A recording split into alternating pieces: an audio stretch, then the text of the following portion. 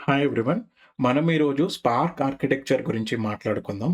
చాలా మందికేంటంటే spark architecture అనగానే లేదా వాళ్ళెప్పుడైతే ఈ వర్డ్స్ వింటారో లైక్ డ్రైవర్ గానీ, క్లస్టర్ మేనేజర్ గానీ, worker nodes, executor, task, spark context ఈ వర్డ్స్ ఎప్పుడైతే వింటారో చాలా భయపడతా ఉంటారు అండ్ కన్‌ఫ్యూజ్ గూడా అవుతా ఉంటారు. సో, అందుకోసం మనం ఏం చేద్దామనంటే ట్రెడిషనల్ డెఫినిషన్ ఎక్స్‌ప్లనేషన్ కాకుండా మనం డైలీ చూస్తున్న ఒక ఎగ్జాంపుల్ తోటి ఈ స్పార్క్ ఆర్కిటెక్చర్ గురించి నేర్చుకుందాం. సో, ఫస్ట్ ఆఫ్ ఆల్ నేను ఒక ఎగ్జాంపుల్ క్రియేట్ చేసున్నా. ఆ ఎగ్జాంపుల్ గురించి చూసి దాని తర్వాత స్పార్క్ ఆర్కిటెక్చర్‌కి మూవ్ అయిపోతాం. లెట్స్ ఇమాజిన్ ఒక క్లయింట్ ఉన్నాడు. ఆయనకేంటంటే ఒక మంచి బ్యూటిఫుల్ హౌస్ కట్టుకోవాలని ఒక కోరికుంది. సో, ఈ కన్‌స్ట్రక్షన్ ప్రాసెస్ అయితే ఆయనకి కంప్లీట్‌గా ఐడియా ఉంది. ఏం చెయ్యాలి, తనకేం కావాలనేది కూడా ఆయనకి ఐడియా ఉంది. ఒక మంచి బ్యూటిఫుల్ హౌస్ కట్టుకోవాలి. హౌస్‌లో ఏమేముండాలి, మంచి పార్కింగ్ ఏరియా, మంచి గార్డెన్ ఏరియా, మంచి ఎలివేషను, యూ నో అట్లాంటి రిక్వైర్మెంట్స్ అన్నీ ఆయన దగ్గరున్నాయి. బట్ ఆయన సొంతంగా హౌస్ మొత్తం కంప్లీట్ చేయగలడా? లేదు గదా! సో, ఈ కేస్‌లో ఆయనకి రిక్వైర్మెంట్ తెలిసినప్పటికీ he needs some people to help to construct that house అన్నమాట. సో, ఫస్ట్ స్టెప్ ఏం చేస్తాడు? సో, ఒక ప్లానర్ దగ్గరికి గాని, లేకపోతే ఒక బిల్డర్ దగ్గరికి బోయి, ఇది నా రిక్వైర్మెంటు. ఇట్లా నాకు ఈ ఏరియా ఉంది. ఈ ఏరియాకి సంబంధించిన రిక్వైర్మెంట్ ఇది. సో, దీన్ని బట్టి తన రిక్వైర్మెంట్ మొత్తం ఈ బిల్డర్‌కి ఎక్స్‌ప్లెయిన్ చేస్తాడనమాట. సో, ఆ బిల్డర్ ఏం చేస్తాడు, మొత్తం రిక్వైర్మెంట్ మొత్తం చూసుకొని ఒక ప్రాపర్ ప్లాన్ క్రియేట్ చేస్తాడు.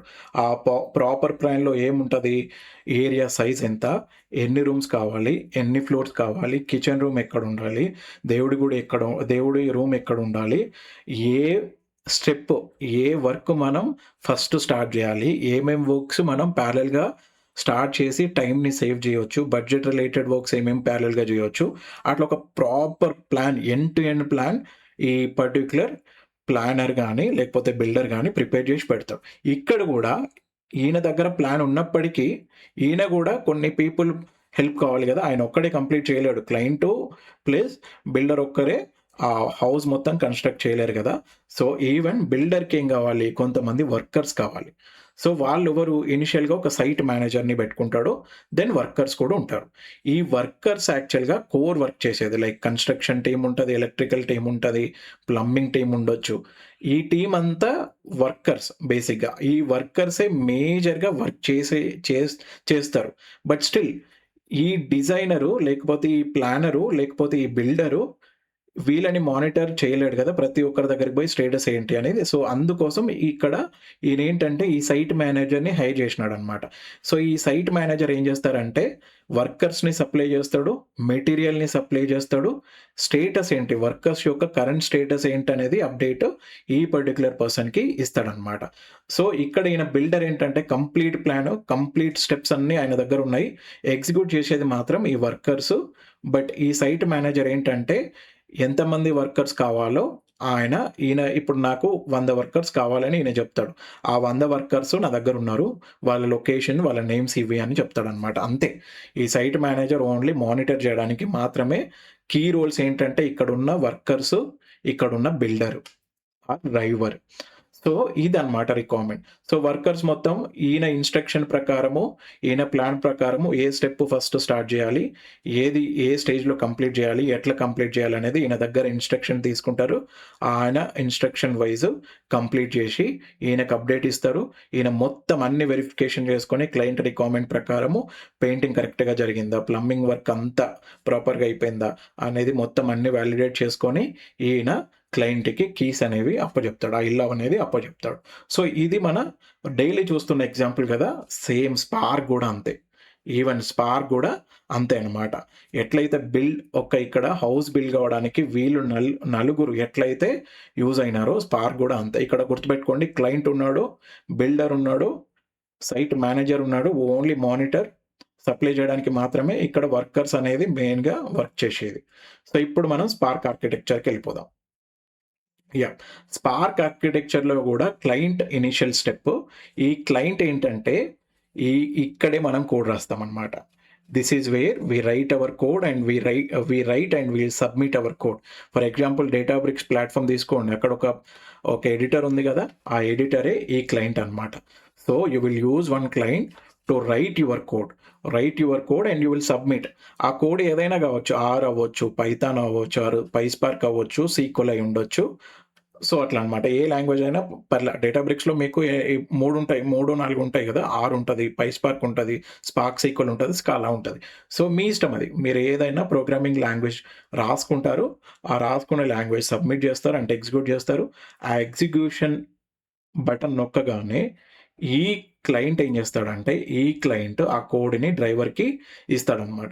సో, డ్రైవర్ ఏం చేస్తది ఇక్కడ, డ్రైవర్ ఆ కోడ్‌ని తీసుకొని సేమ్ మన హౌస్ ప్లాన్ ఎట్లయితే క్రియేట్ చేస్తాడో, ఇక్కడ కూడా డ్రైవర్ ఆ కోడ్ ఏంటి, ఆ కోడ్‌ని అర్థం చేసుకోవడానికి ట్రై చేస్తది. ఆ కోడ్ ఎందుకు రాసినారు, మనం ఏం చేయాలి ఆ కోడ్‌ని యూజ్ చేసి అనేది ఒక ప్రాపర్ ప్లాన్ క్రియేట్ చేస్తది. ఆ ప్రాపర్ ప్లాన్ క్రియేట్ చేసే స్టెప్స్‌లో అది ఇక్కడ రాసిన పైస్పార్క్ కోడ్‌ని ఆర్ స్పార్క్ సీక్వెల్ కోడ్‌ని జావా బైట్‌లోకి కన్వర్ట్ చేస్తది.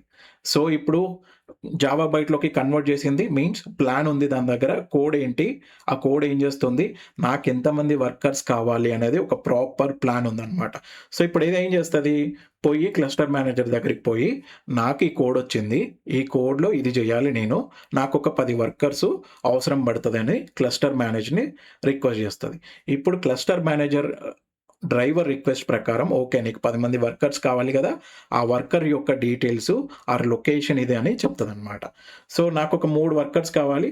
ఆ 3 వర్కర్స్ యొక్క డీటెయిల్సు ఈ క్లస్టర్ మేనేజర్ వాటి యొక్క లొకేషన్స్ దీనికిస్తదనమాట.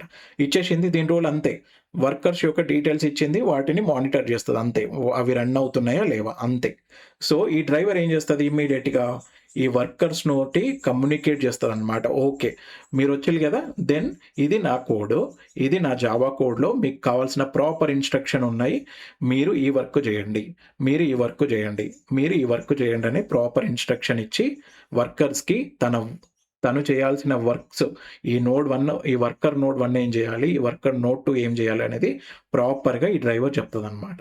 సో, చెప్పిన తర్వాత దీని ఇన్‌స్ట్రక్షన్ ప్రకారం ఇవి ఎగ్జిక్యూట్ అయిపోతాయి. ఎగ్జిక్యూట్ అయిపోయిన రిజల్ట్‌ని డ్రైవర్‌కి ఇచ్చేస్తది. ఈ డ్రైవర్ ఏం చేస్తది, ఇక్కడ మల్టిపుల్ వర్కర్స్ నుంచి వస్తున్న అవుట్‌పుట్‌ని కన్సాలిడేట్ చేసి ఆ అవుట్‌పుట్‌ని క్లయింట్‌కి ఇస్తదనమాట. సో, సేమ్ హౌస్ కావాలనంటే ఎట్లయితే నలుగురు అవసరం పడ్డారో ఇక్కడ కూడా అంతే. కోర్ వర్క్ చేసేదైతే వర్కర్స్. ఇక్కడ వర్కర్ అంటే టీమ్ అనుకోండి. Plumbing team. ప్లంబింగ్ టీమ్‌లో మల్టిపుల్ పీపుల్ ఉండొచ్చు. పర్సన్ 1, పర్సన్ 2, పర్సన్ 3 సేమ్ ఇక్కడ కూడా అంతే. మల్టిపుల్ ఎగ్జిక్యూటర్స్ ఉంటాయి. Each executor will do its own task అనమాట. ఒక వర్కర్‌లో మల్టిపుల్ ఎగ్జిక్యూటర్స్ ఉంటారు. ఆ multiple executors single executor or multiple executor. Plumbing టీమ్‌లో ఒకరే ఉండొచ్చు. మల్టిపుల్ పీపుల్ కూడా ఉండొచ్చు. వర్క్ ఫాస్ట్‌గా చేయాలనంటే. అది వాళ్ళ ఇష్టం. సో, ఇక్కడ కూడా అంతే సేమ్ కాన్సెప్ట్. వర్కర్‌లో single executor or multiple executor based on the worker size అనమాట. సో, ఇది కూడా పాయింట్ గుర్తుపెట్టుకోండి. వర్కర్ అనగానే ఒక వర్కర్ 1లో ఓన్లీ ఒకటే ఎగ్జిక్యూటర్ ఉంటారని కాదు. మల్టిపుల్ ఎగ్జిక్యూటర్స్ కూడా ఉండొచ్చు. సింగిల్ కూడా ఉండొచ్చు. ఈచ్ ఎగ్జిక్యూటర్ యొక్క వర్క్ దానికి సంబంధించినట్టుగా జరుగుతది. సో, సింపుల్ ఎగ్జాంపుల్ ఏంటంటే ప్లంబింగ్ టీమ్‌లో ఒక్కరుండొచ్చు. లేకపోతే మల్టిపుల్ పీపుల్ ఉన్నప్పుడు ఆయన ఒక రూమ్ ఏస్తాడు. ఈయన ఇంకొక రూమ్ ఏయొచ్చు. అట్లా అనమాట. సో, ఇది వర్కర్ కోర్ వర్క్ చేసేది. వర్కర్స్ కోర్ వర్క్ చేసినప్పటికీ ఇది ఆల్వేస్ డ్రైవర్ ఇన్‌స్ట్రక్షన్ మీదనే జరుగుతదనమాట. డ్రైవర్ మాత్రమే ఇది మీ వర్క్. ఇది మీరు చెయ్యాలి. ఇక్కడ డేటా ఉంది. ఆ డేటా పైన ఇది చేయాలి. మీ పార్ట్ ఇంతే అని చెప్పేది మొత్తం driver. Cluster manager only monitors అనమాట. రిసోర్సెస్‌ని అలొకేట్ చేయడానికి మాత్రమే దాని రోల్. సో, డ్రైవర్ మొత్తం కన్సాలిడేట్ చేసి క్లయింట్‌కి రిజల్ట్ అనేది సబ్మిట్ చేస్తది. ఇక్కడ పాయింట్ టు రిమెంబర్ ప్రతి ఒక్క స్టెప్పు నోడ్‌తో లింక్ అయ్యి ఉంది.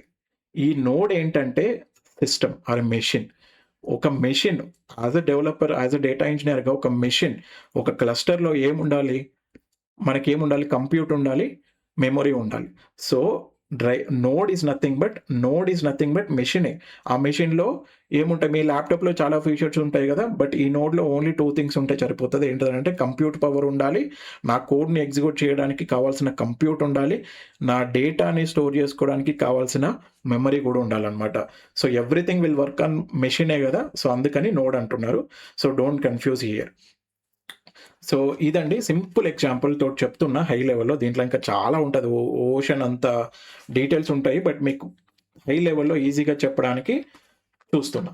సో, ఇక్కడ కొన్ని పాయింట్స్ మీరు గుర్తుపెట్టుకోవాలి. What is driver? Driver is the core concept.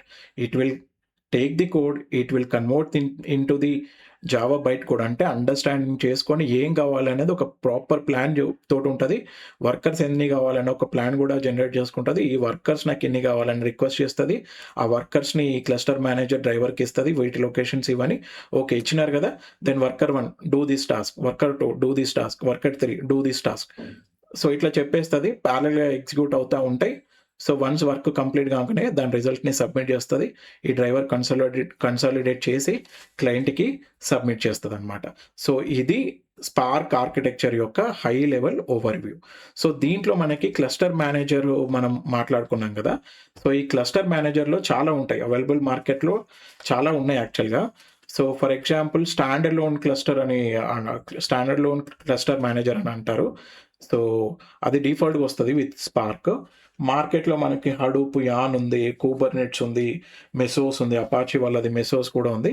But అంత అవసరంలా. జస్ట్ దాని కాన్సెప్ట్ అర్థమైతే మనకి సరిపోతది. సో, ఇదండి. నెక్స్ట్ వీడియోలో ఇంకా మనం డీటెయిల్‌గా మాట్లాడుకుందాం స్పార్క్ ఆర్కిటెక్చర్ గురించి. సో, ఈ వీడియోలో అయితే ఇది. ఏమైనా డౌట్స్ ఉంటే కామెంట్ సెక్షన్‌లో ప్లేస్ చేయండి. సో, ఒకసారి మీరు ఈ స్క్రీన్‌షాట్ కూడా చూస్తే